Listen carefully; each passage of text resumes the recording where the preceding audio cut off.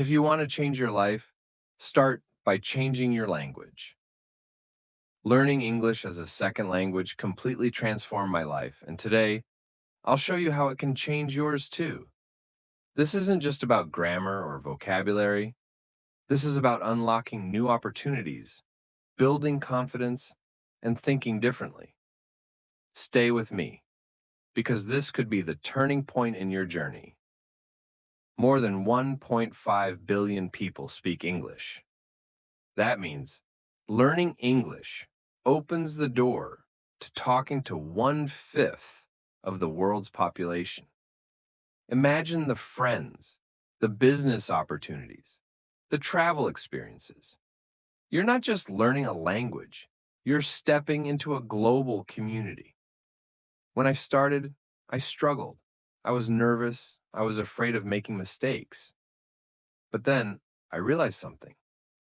Speaking English isn't about perfection. It's about communication. The more I spoke, the more my confidence grew. I used to think that I needed to have perfect grammar, a flawless accent, and a large vocabulary before I could speak. That mindset held me back for years. But the truth is, communication is about getting your message across, not about being perfect. One of the biggest mistakes people make is waiting until they feel ready to speak English. But if you wait for the perfect moment, it will never come. You need to start speaking today. It doesn't matter if your sentences are simple.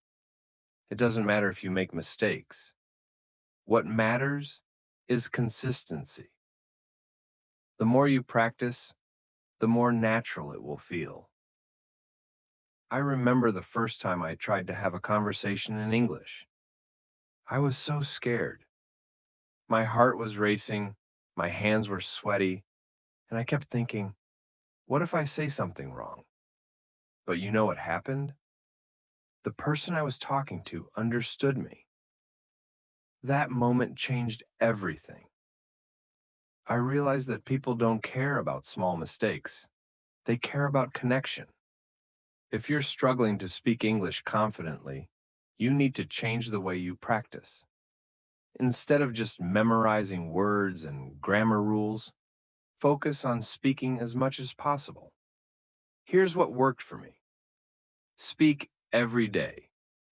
Even if it's just to yourself in the mirror, say one sentence in English every morning. Think in English. Instead of translating in your head, start describing what you see around you in English. For example, I see a red car. The sky is blue today. Shadowing technique. Listen to native speakers and repeat immediately after them. Podcasts, YouTube videos, and audiobooks work great for this. Another great method is storytelling. Try to describe your day in English before going to bed. Talk about what you did, what you ate, or what made you happy. This helps you practice forming sentences naturally. One thing that really helped me was surrounding myself with English. I changed my phone's language settings, watched movies with English subtitles, and even started following English-speaking social media accounts. The more I exposed myself to the language, the more comfortable I became. The most important thing is to enjoy the process. Don't see English as a difficult subject. See it as a tool that will open doors for you. Think about all the amazing things you'll be able to do when you speak fluently. You'll be able to travel more easily, meet people from different cultures, and even access better job opportunities. I know learning a new language can be frustrating. There will be days when you feel like you're not improving. There will be times when you feel stuck. But remember, progress is not always visible. Even if you don't notice it, every single time you practice, you're getting better. The key is to keep going, even when it feels difficult. If you ever feel like giving up, remind yourself why you started. Maybe you want to study abroad, get a better job, or simply feel more confident when speaking. Whatever your reason is, hold on to it. Let it be the motivation that keeps you moving forward. So, don't wait.